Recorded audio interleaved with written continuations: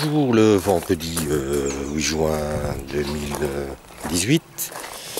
Il doit être, je sais pas, 20h15, 20h30 maintenant, et on va terminer avec le jardin où c'est un peu plus cool. Hein. Mon compost, donc c'est une couche d'herbe, une couche de feuilles, une couche de broyat, une couche d'herbe, une couche de feuilles, une couche de broyat, etc. Et là, c'est la consoude.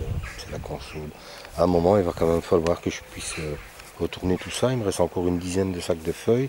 Mais bon, je monopolise énormément d'herbe avec mon terrain à patates. Donc, j'ai plus su tellement alimenter ici. Mais je vais continuer. Alors, ça, ce sont mes 17 premiers poussins qui sont en pleine forme. Ça va les pipiou? Dans une demi-heure, je vais venir, je vais taper à la baguette et tout le monde rentre. Tout le monde rentre. J'ai mon King là-bas quelque part. C'est lui là-bas. Elvis Presley, je l'appelle. Il a une houppette. Il est hyper coloré. Et j'ai vraiment l'impression que c'est lui le chef de la bande. Hein. Ah ouais, Elvis. Voilà. Alors, entre-temps, j'ai encore une poule qui a eu 4 poussins. Et une autre hier qui a eu 7 poussins. Et j'en ai encore une qui couvre.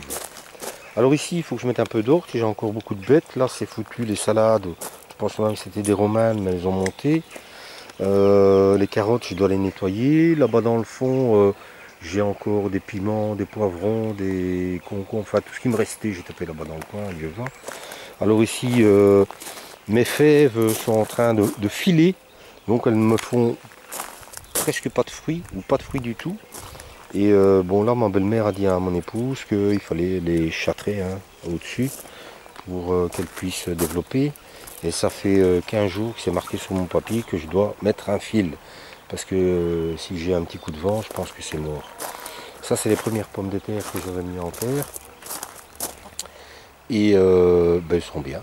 Elles sont bien. Par contre, les pois mange-tout, on n'en a pas profité. Vous voyez, là, j'ai encore des tournesols géants. Et encore là. Là, c'est mon deuxième champ de patates. Ici, les haricots qui ont l'air bien.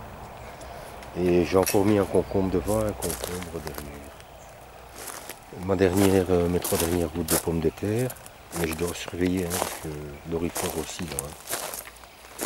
Dorifort aussi. Alors ici, oignon, ail, échalote, je pense que ça va. L'oignon, où il monte en graines, où il a la mineuse de l'oignon. Donc des 450 que j'ai planté, je ne sais pas ce qu'il me restera. On a nettoyé, on nettoie tous les 15 jours parce que voilà. Hein. L'ail, les fraises, salade, et puis là, vous voyez maintenant je mets des filets partout hein, pour les pigeons. Hein.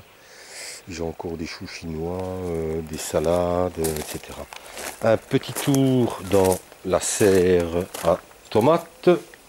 Où là, je suis un homme heureux. C'est magnifique. J'ai nettoyé ça il y a 8 jours. Je pense que je peux recommencer. Mais ce week-end, j'ai pas mal de choses prévues. Donc ça va être difficile. Mais par contre, regardez les premiers bouquets de tomates. Ça s'annonce franchement très bien. Ce qui est singulier par contre, c'est que pour la même tomate, voilà, c'est la rifrette, hein, la cœur de bœuf. Vous voyez, ici le pied est assez charnu, il n'est pas trop haut. Hein. Lui il commence à avoir des tomates. Par contre, le même ici file. Bon, peut-être c'est sa position, hein, j'en sais rien. Là j'ai encore, c'est magnifique. Hein. C'est magnifique, magnifique, magnifique. Magnifique, et regardez ici, j'ai de la, ben c'est encore la rifrette, mais ça m'étonnerait ça, si, je sais pas, on va demander à Philippe,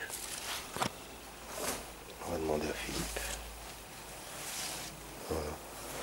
Mais ici aussi, hein, je pulvérise régulièrement, de un j'ai un super paillis, Ça c'est clair, net et précis, donc ça garde l'humidité. Normalement ça empêche le mildiou par capillarité. Parce que à une conférence, je vous explique en 2 secondes, il y a un gars qui nous a expliqué, en fait le mildiou est dans le sol. Pourquoi est-ce que dans une serre le mildiou vient au-dessus des feuilles? Parce que, donc par temps orageux, très humide, etc., le mildiou, donc par transpiration, va aller sur les fenêtres, hein, et le matin va se redéposer par l'humidité qui retombe, hein, et donc vous avez une mildiou sur les feuilles. Par contre, pour les pommes de terre, dans un champ de patates, hein, comme là-bas, forcément il n'y a pas de toit, donc par logique, le mildiou donc vient, mais par en dessous des feuilles, et là vous le voyez moins. Donc l'avantage de faire un gros paillis, en toute logique, hein. Maintenant je dis pas que c'est l'évangile, hein.